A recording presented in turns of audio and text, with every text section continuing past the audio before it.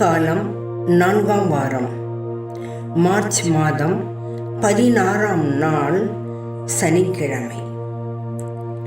இன்றைய நற்செய்தி புனித யோவான் எழுதிய பரிசுத்த நற்செய்தியிலிருந்து வாசகம். 7ஆம் அதிகாரம், இறை வசனங்கள் 40 முதல் 53 வரை. அக்காலத்தில் யூதர்களின் திருவிழா கூட்டத்தில் சிலர் இயேசுவின் வார்த்தைகளை கேட்டு, வரவேண்டிய இறைவாக்கினர் உண்மையில் இவரே என்றனர். வேறு சிலர், மெசியா இவரே என்றனர். மற்றும் சிலர், கலிலேயாவிலிருந்தா மெசியா வருவார்? தாவீதின் மரபிலிருந்தும் அவர் குடியிருந்த பெத்லகேம் ஊரிலிருந்தும் மெசியா வருவார் என்றல்லவா மறைநூல் கூறுகிறது என்றனர். இப்படி அவரை குறித்து மக்களிடையே பிளவு ஏற்பட்டது.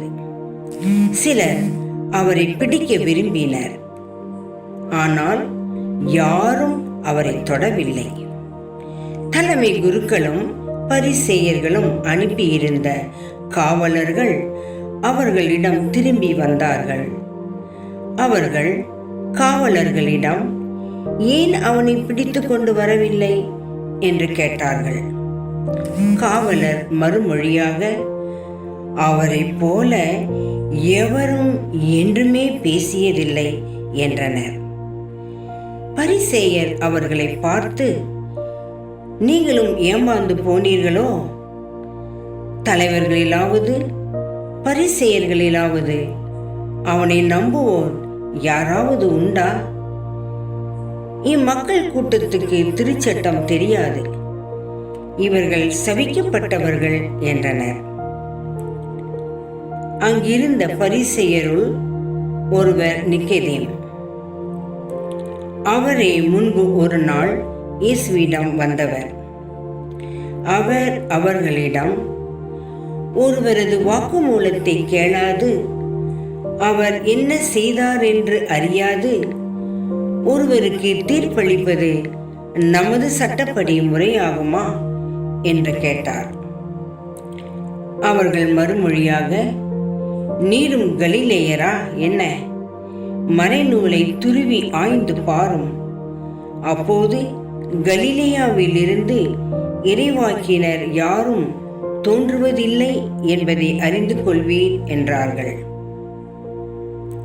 அவர்கள் ஒவ்வொருவரும் அவரவர் வீட்டுக்கு சென்றார்கள். ஆண்டவரின் அருள்வாக்கு. நமது சிந்தனைக்கு, தீர்ப்பளிப்பது முறையற்றது. ஒரு மனிதர் தன்னை பற்றியே முழுமையாக தெரிந்து கொள்ள முடியாத போது அவர் மற்றவரை பற்றி தெரிந்து கொள்வதற்கு வாய்ப்பே இல்லை. இன்றைய நற்செய்தியில் பரிசேயர்கள் இயேசுவை பற்றி முழுமையாக அறிந்து கொள்ளாமல் அவரை பற்றி வாய்க்கு வந்ததையெல்லாம் பேசுவதை பற்றி வாசிக்கின்றோம். பரிசேயர்கள் இயேசுவின் மீது வைத்த குற்றச்சாட்டுகள் எல்லாம் பொறாமையின் வெளிப்பாடுகள். ஏன் இன்று நாம் கூட பிறர் மீது குற்றம் சுமத்த காரணமாக இருப்பது நமது பொறாமையாகத்தான் இருக்கிறது. இந்த தவ காலத்தில் மற்றவரை தீர்ப்பிடுவதற்கு பதில் அவரை குறை நிறைகளோடு ஏற்றுக்கொள்வதற்கு நமக்கு தேவையான மனப்பக்குவத்தையும் மன பலத்தையும் தூய ஆவியானவரிடம் மன்றாடுவோம். ஆமென்.